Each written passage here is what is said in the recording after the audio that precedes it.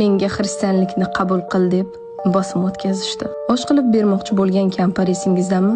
U menga telefon qilib, uyingning pastidaman, chiq dedi. Men xursand bo'lib uni kutib oldim. Hatto osh qilib mehmon qilmoqchi bo'ldim, lekin u menga guruch yeyolmayman, yur bolalaring bilan dam olib kelasan, zo'r parti bor dedi. Men ishonib qoldim. Uyim yonidagi binoga kirganimizda hamma jim o'tirib, faqat bitta odamni tinglayotgan edi. Ekranda esa yozuvlar paydo bo'ldi. Men qarasam, Injildan oyatlar. Shu zahoti tushundim. Bu oddiy bayram emas, bu xristianlarning diniy yig'ilishi ekan. Men turib ketmoqchi bo'ldim, lekin hurmatsizlik qilmay deb joyimda qoldim.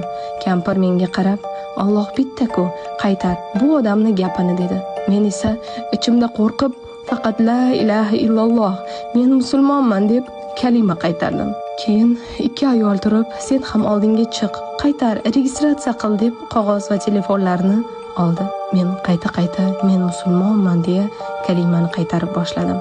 Yaxshiyamki yig'ilish tugadi va men qanday chiqqanimni bilmayman. Faqat Allohdan duo qilib uyimga qaytdim. Kampir esa uyimga kelib, erimga ham bosim qila boshladi. Birodarlar, opa-singillar, ehtiyot bo'ling.